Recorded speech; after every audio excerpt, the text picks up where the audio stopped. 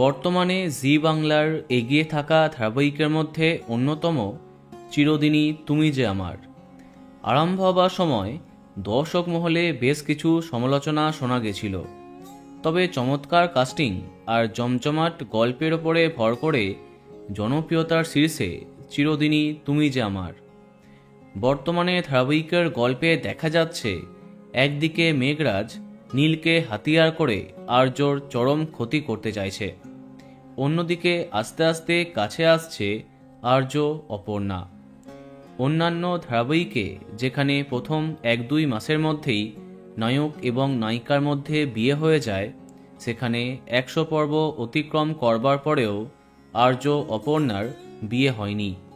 এমনকি একে অপরকে ভালোবাসার কথা এখনও সেইভাবে স্বীকার করেনি। হ্যাঁ, সম্প্রতি সফলতার সাথে 100 পর্ব অতিক্রম করল SVF প্রোডাকশনের চিরদিনই তুমি যে আমার। এই 100 পর্বে বেশিরভাগ সময়ই স্লট লিড করেছে এই ধারাবাহিকটি, তাই সেলিব্রেশনটাও জমিয়ে চলল। এদিন সেটে সবাই হাজির ছিলেন, তোমরা দেখতেই পাচ্ছ সেই সমস্ত মুহূর্ত। তার সাথে এটাও জানা যাচ্ছে খুব শীঘ্রই আর্য অপর্ণার জীবনে ভালোবাসার অধ্যায় আরম্ভ হচ্ছে।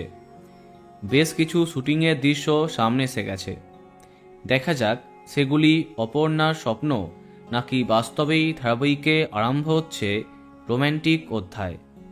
তো বন্ধুরা, কার কার প্রিয় এই ধারাবাহিকটি কমেন্টে জানাতে পারো। এই রকমই আরও অনেক ভিডিও পেতে সাবস্ক্রাইব কারেন্ট বস। ধন্যবাদ।